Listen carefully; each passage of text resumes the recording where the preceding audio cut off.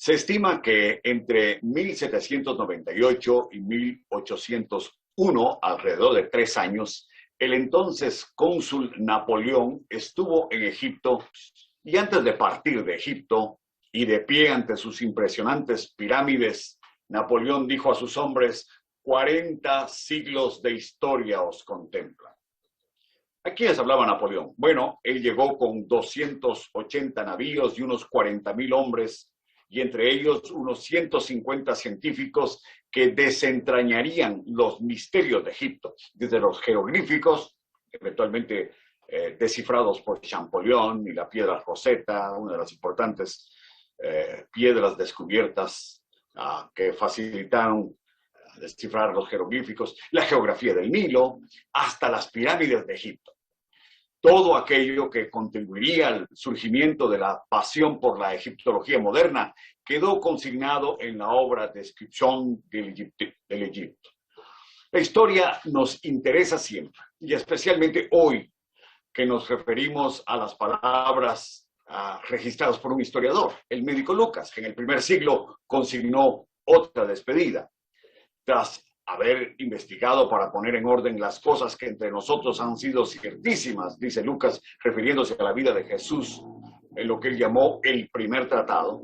En su segundo tratado nos cuenta cómo la banda de 12 hombres que Jesús escogió cambiaron el mundo. A propósito, yo no sé si usted alguna vez ha pensado en cambiar el mundo. ¿Se ha preguntado usted qué significa cambiar el mundo? ¿Quiere usted cambiar el mundo? ¿Cuál sería su misión en la vida?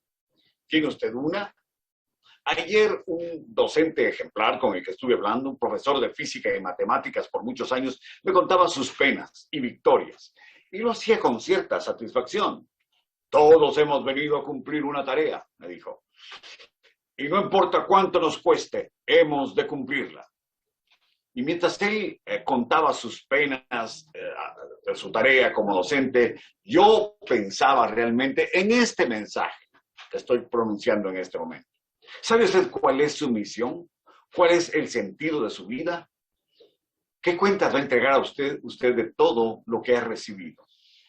De eso nos habla el libro de Hechos, capítulo 1, versículos 6 al 11. El bosquejo de Hechos, si tuviésemos que dividirlo, el libro se encuentra aquí en el capítulo 1, versículo 8, que ya leímos. Y se divide así. 1, el testimonio acerca de Jesús en Jerusalén y Judea. Cubre los capítulos 1 al 7. 2, el testimonio acerca de Jesús hasta Samaria, capítulos 8 y 9. Y 3, el testimonio acerca de Jesús hasta lo último de la tierra, que está en los capítulos 10 al 28. Abra conmigo su Biblia a Hechos, capítulo 1, versículos 6 al 11. Y si tuviésemos que poner en una frase lo que dice ahí, diríamos que la despedida incluye un encargo. La despedida del Señor, de sus discípulos, incluyó un encargo. Mire el versículo 6. Dice que la despedida de Jesús crea anticipación. La expectación la había creado su resurrección. Cuando uno lee el contexto en el versículo 3, capítulo 1, versículo 3, dice que Jesús se presentó a estos discípulos, a los apóstoles, vivo, con muchas pruebas indubitables, apareciéndoles durante 40 días y hablándoles acerca del reino de Dios. A propósito, el reino de Dios es una expresión muy importante en el libro de los Hechos, casi como en el Evangelio de Lucas. Así que, ¿qué encontramos aquí? La expectación la había creado su resurrección, capítulo 1, versículo 3. Tras terminar de predicar alrededor de 3 años y de formar discípulos, Jesús sufrió la cruz. Y el mensaje central de los 4 evangelios es la muerte de Jesús, su resurrección. Ahora, no se puede hablar de grandes temas como el reino, la muerte y resurrección de Jesús sin aludir al Antiguo Testamento. El Dios creador había puesto en manos de la primera pareja la gobernanza, la mayordomía de toda la creación. La creación, el hombre y sus relaciones, sin embargo, pérdida total al dislocarse de su centro de gravedad, que era Dios mismo. Entonces Dios crea a un pueblo del cual vendría el Mesías. Y mientras tanto les dio una ley que haría posible anunciar el gobierno de Dios. Sin embargo, ese gobierno estaba en manos de gente que ni creía ni obedecía a Dios. Generaciones que veían los cielos y la tierra, y cifrado en ese lenguaje apabullante de estrellas y constelaciones y un sol radiante, estaban y están su eterno poder y deidad. Pero el hombre le volteó la espalda a ese fantástico testimonio. Desdichadamente, el pueblo mismo, como la humanidad entera, terminó muy lejos de Dios.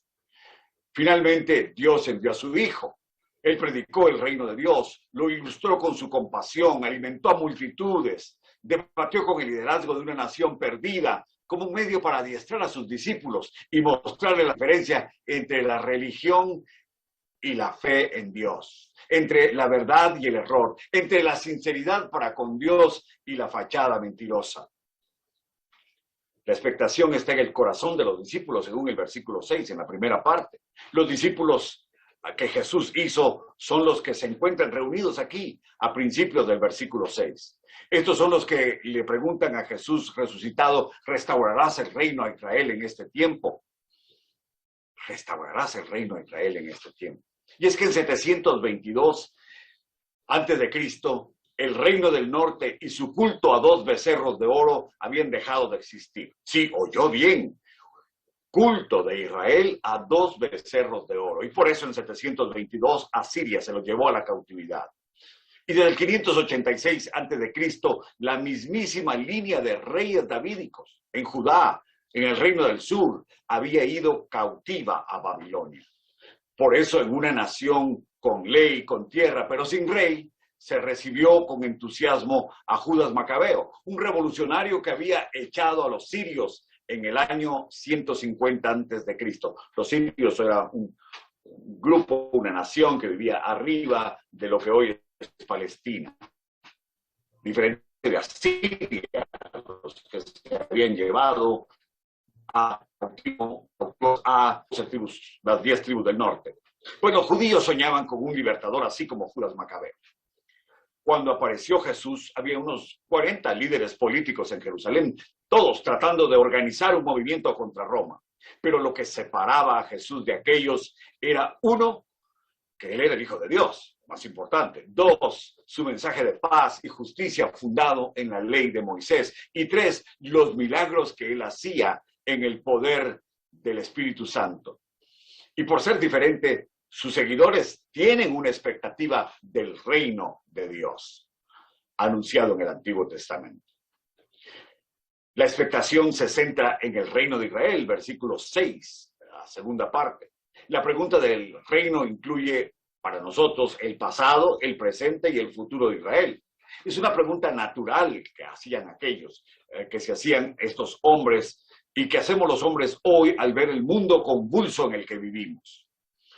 En el pasado, la monarquía fracasada se centró en un futuro rey, descendiente del rey David, Jesús, a quien tienen enfrente estos afortunados discípulos aquí, en este versículo 6. En el presente de aquellos, una nación con ley, como dije, con tierra, pero sin rey, creen que acabar con Roma es la única explicación para sus penas y que un rey es la única medicina para ellas. Pero Roma es demasiado grande y los hombres demasiado humanos para poner en ellos su esperanza. Jesús, en cambio, les dijo que la solución estaba en hacer la voluntad del Padre, en buscar el reino de Dios y su justicia, y que de ahí podrían venir muchas otras cosas buenas. De modo que frente a esta despedida hemos visto cómo ella crea expectación. Esperanza fundada en una persona, la persona de Jesús de Nazaret. Pero mire en segundo lugar que dice el texto. Dice que la despedida incluye un encargo, versículos 7 y 8. Ese encargo es someterse a la voluntad de Dios, versículo 7.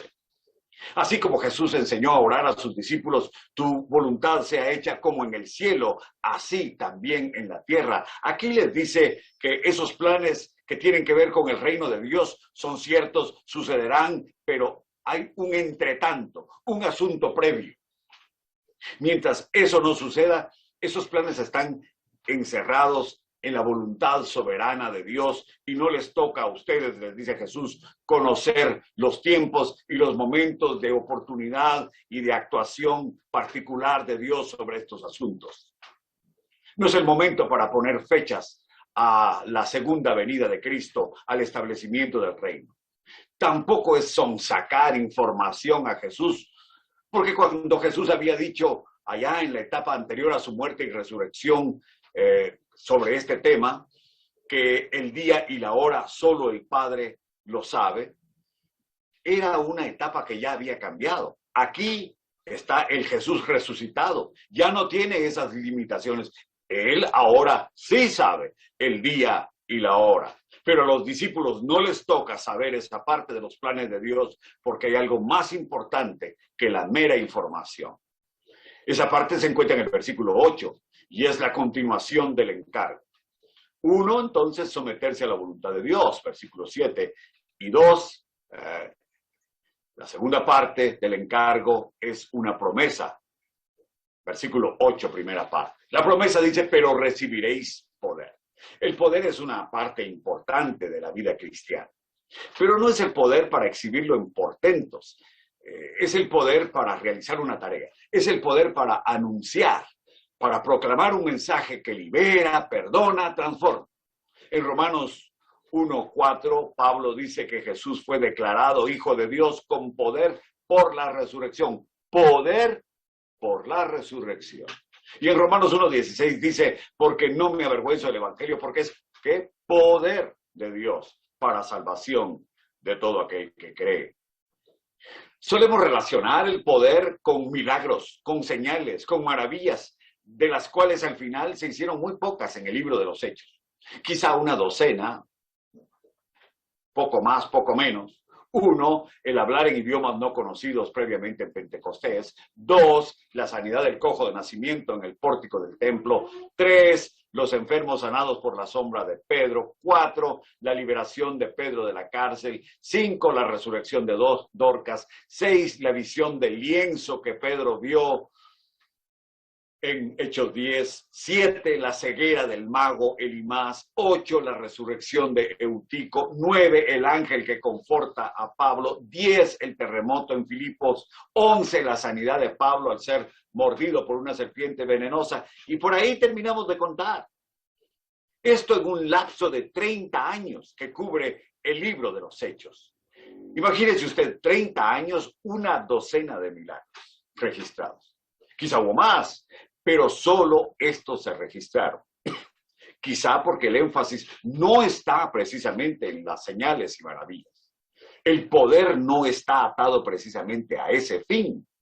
Sin quitar un ápice de mérito a esas señales, seguramente necesarias para avanzar el plan de Dios y para convencer a ciertos incrédulos, al fijarnos solo en ellas, perdemos de vista cómo el evangelio crece arrolladoramente desde Jerusalén hasta lo último de la tierra, tumbando religiones paganas, atravesando el corazón de cónsules, procónsules, reyes, conmoviendo multitudes y convirtiendo a gente a la fe. Y que sin duda, la versión más impresionante y sencilla de esto se encierra en la frase, cree en el Señor Jesucristo y serás salvo tú y tu casa. Mensaje que cambia vidas, que ordena existencias en torno a Jesús como el eje de la vida para los habitantes en torno al Mediterráneo, del año 30 hasta hoy. Por eso, la segunda parte del versículo 8 dice que el encargo es una tarea. Mire allí, me seréis testigos. La vida de Jesús, su poder transformador, no requiere de oradores, requiere gente dispuesta a contar lo que ha visto en su vida, lo que ha experimentado en su vida. Recordemos que un testigo no es un especialista en otra cosa que en su propia experiencia. Como el ciego de nacimiento en Juan 9, lo que yo sé es que antes era ciego y ahora veo, no sé más que eso. ¿Se da cuenta? Esa es la tarea. Cómo usted pasó de una vida sin eje, sin centro, sin sentido, sin comprensión, sin amor, sin esperanza, sin mejoría, sin crecimiento, sin madurez, de una o todas esas carencias, pasó a una vida nueva porque Dios reina en su vida y Jesús es el modelo de ella. Ese es el encargo, ser testigo de eso nada más. Y para ello tiene el poder de Dios, que le pasó de muerte a vida. Vida nueva, dice Pablo en Romanos, que me justificó, que me ayuda a luchar con el pecado, que me ayuda incluso a vencer al pecado. Y ese poder vendría dentro de no muchos días, el día de Pentecostés, capítulo 2, por la persona del Espíritu Santo. Y con todo ese equipo que usted ya tiene ahora, puede cumplir el encargo. Usted está aquí para transformar el mundo con un mensaje sencillo, su experiencia. Pero mire, ¿qué más dice el encargo? El encargo en la última parte del versículo 8 dice que es una perspectiva misionera. Ese encargo a ratos es geográfico, es geopolítico, es geoestratégico. Y empieza en Judea, en Jerusalén, Judea, en Samaria, y alcanza hasta lo último de la tierra. Y ahí, después de que dice hasta lo último de la tierra, agregue el nombre de su vecino, de su escuela, de su empresa, de su país, de mi región, de mi subcontinente, de mi continente. La tarea está haciéndose todos los días, pero no por evangelistas profesionales, sino por estos testigos como usted y como yo, declarantes que brotan cada amanecer, confesores que son como las arenas del mar, como las estrellas de los cielos. Y usted es uno de ellos, está llamado ciertamente a hacerlo. Lo importante es saber si usted es un confesante silente, mudo, acallado por el miedo a la cultura, o si es espontáneo y naturalmente testigo, declarante, franco, sincero con Dios y con los hombres. ¿Qué hemos visto hasta aquí? Hemos dicho primero que la despedida crea anticipación. Segundo, que la despedida incluye un encargo. Pero mire qué tenemos en tercer lugar. Dice que la despedida anticipa el futuro retorno de Jesús. Versículos 9 al 11. La partida de Jesús fue sobrenatural, según el versículo 9. Jesús terminó de dar esta comisión y fue un momento que solo se captaría, además de por estos testigos, lo captaría el relato del libro de Hechos. Se ve cierta conmoción, cierta tensión de asombro ahí en el versículo 9. Porque en tanto él hablaba, empezó a ascender. Y ellos, fijos, viendo arriba, no podían despegar la mirada de su imagen. Y tan alto vieron que finalmente una nube lo ocultó de sus ojos. Fue una partida sobrenatural, una consumación de lo que tanto habían temido. Que Jesús, el centro de su esperanza social y política, se fuera. Pero un momento, realmente ahora ya tenían claro que su tarea no era reformar las corruptas instituciones religiosas de Jerusalén, tampoco ponerse a Roma por medios violentos, como muchos habían creído. Ahora transformarían el mundo de otra manera. Por el poder de Dios, por la palabra, por el ejemplo, por el compromiso. Y así, el mundo antiguo, plagado de prostitución, de homosexualidad, de violencia, de desprecio por la persona humana, cargado de privilegios, privilegios por ser libre, privilegios por ser hombre, privilegios por ser noble. Ese mundo tan perverso sería trocado por un mundo respetuoso de la verdad, de la vida, de la paz, que daba a los hombres y mujeres la capacidad de amar de manera diferente. Eso es lo que quedó por los próximos 20 siglos hasta nuestros días. ¿Se terminará esa visión hoy? Occidente no cambió de la noche a la mañana, pero abrazó esos valores y los atesoró por siglos. Y hoy están en franco deterioro. Y es nuestra responsabilidad preguntarnos, ¿por qué? Esa partida sobrenatural era para convencerles del poder que tendrían para hacer todo lo que recién hemos descrito. Pero no se trató solo de la ascensión. Mire, su partida fue acompañada por la presencia angélica, versículo 10. Ese carácter persuasivo de su partida incluye también la presencia de ángeles. La concentración de actividad angélica en la Biblia aparece en ciertos momentos en los que Dios quiere persuadir a los hombres de creer en algo, de aceptar una tarea de responsabilizarlos de una misión, por ejemplo, Abraham y los patriarcas en el Antiguo Testamento, o el nacimiento de Jesús y de la iglesia, o al final de los tiempos en el Apocalipsis. Pero aquí aparece en el versículo 10, durante el final del ministerio de Jesús y el nacimiento de la nueva iglesia. Aquella multitud que vio al Señor resucitado, que lo vio partir, vio también a estos ángeles en una solemne presencia. Aquí los describe vestidos de majestuosas vestiduras blancas, como los presenta también Apocalipsis capítulo 4. La sorpresa de su presencia al lado de la multitud suma no solo al énfasis de las palabras de Jesús, pero también al asombro de toda la escena que estamos presenciando acá. Y finalmente su partida fue seguida por el anuncio de su retorno. Tras el asombro, finalmente los ángeles hablaron diciendo: varones galileos, ¿qué hacéis mirando al cielo? Este mismo Jesús que estuvo con vosotros por 40 días, vivo, que se presentó con pruebas indubitables, como diría Lucas allá arriba en 1:3, que os habló del reino de Dios, él mismo volverá. Así vendrá como le habéis visto ir al cielo. Los ángeles están respondiendo a la pregunta del versículo 6. ¿Cuál es la pregunta del versículo 6? ¿Restaurarás el reino a Israel en este tiempo? Y aquí los ángeles dicen: Él restaurará el reino a Israel cuando venga de nuevo. ¿Y cómo vendrá? De la misma manera en que ellos le habían visto ir. Resucitado, glorioso, de manera física, corporal. Y de esa manera volverá a restaurar el reino a Israel. Jesús no les dijo que su pregunta fuera equivocada. Lo equivocado es el tiempo. Lea conmigo Hechos capítulo 3, versículos 19 al 21, para ver de qué estamos hablando.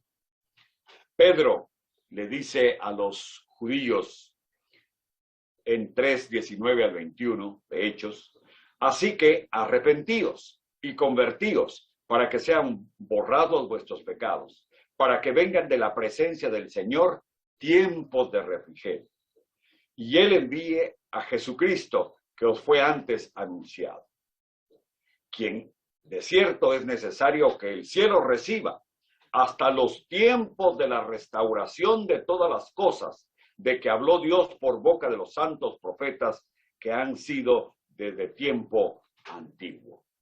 Y eso es a lo que se refieren los ángeles aquí. Muy bien. ¿De qué hemos hablado hasta aquí? Pues hemos dicho primero que la despedida crea anticipación, segundo que la despedida incluye un encargo y tercero que la despedida anticipa el retorno de Jesús. Usted y yo tenemos una misión mientras esperamos a Jesús. Y hoy hemos visto cuál es y cómo se lleva a cabo. Se resume en ser testigo suyo. ¿Se ha apropiado usted de esa misión? ¿La practica? ¿Es usted testigo o sin tener razón declara que no sabe cómo y no puede ser? Pues hoy ya lo sabe. Es esa misión el sentido de su vida, de todo lo que ha recibido. ¿Qué cuenta va a entregar usted de todo lo que ha recibido? En la historia de la iglesia se entendió que ser testigo podía implicar sacrificio. Por eso, de la palabra martureo, que se traduce testigo, viene también la palabra mártir, porque a muchos hombres y mujeres de Dios les ha tocado el martirio como parte de ser testigos de Jesucristo. Sin ir muy lejos en la historia, en 1952, en la ciudad de Alotenango, cerca de Antigua Guatemala, un pastor evangélico de nombre Max Vázquez se encontraba predicando en tiempos peligrosos. En esos tiempos te despreciaban y perseguían las autoridades religiosas por ser testigo. Un testigo como esto que hemos descrito acá. El dicho que circulaba en América Latina entonces era: el que mata a un protestante está haciendo la obra de Dios. Y Max Vázquez murió lapidado por la persecución religiosa alentada por las autoridades religiosas en Alotenango. Esa es la historia reciente. Y la pregunta final para usted y para mí es: ¿estamos usted y yo dispuestos ¿Hasta dónde? ¿Hasta dónde estamos dispuestos a llegar para cumplir con el encargo de Jesús? Oremos. Señor, te damos gracias por la enseñanza de este pasaje. Gracias por tu palabra. Gracias, Señor, por el desafío que tú nos das a adquirir compromiso, a adquirir responsabilidad de ser testigos, a llevar a cabo la obra que tú nos has encomendado. Ayúdanos, Señor, en el nombre de Jesús. Amén. Amén.